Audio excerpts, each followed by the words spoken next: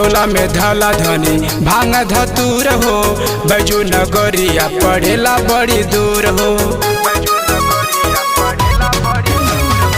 झोला में धाला धनी भांग धतूर हो, बैजू नगरिया पड़ेला बड़ी दूर हो। जनी करा तू यही जाय बेरिया, काना पे धई के कवरिया चलाना तू देवघर नगरिया। काना पे धई के कवरिया चलाना तू देवघर नगरिया।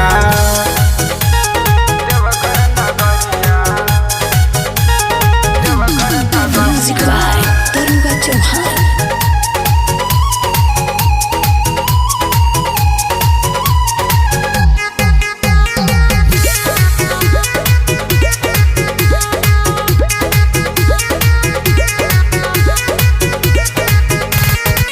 बाबा से चल के जे मंगबू मंगनवा, जोड़ा खेलेबू गोदिया में ललनवा।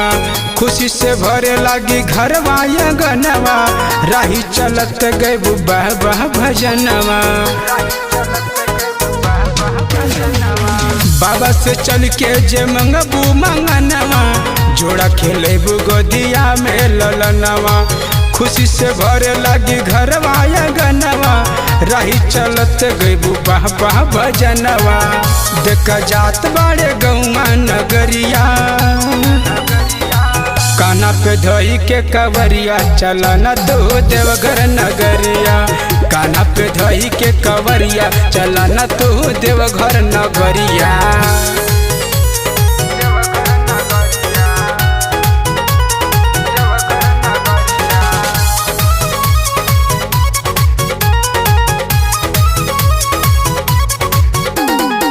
राइटर पुजरिया के जातिया गाड़ी, कल तैयारी पेनी के गेरुआ साड़ी। पंकज देवरवा के लेला संगरिया, काहे के भीड़ बड़ी हो खेला भारी।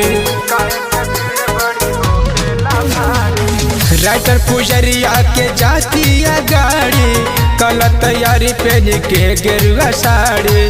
पंकज देवरवा के लेला संगरिया, काहे के भीड़ बड़ी हो के लाभारी। कहे हेमंत देहाती सवरिया, काना पे धई के कवरिया चलाना तू देवघर नगरिया। काना पे धई के कवरिया चलाना तू देवघर नगरिया।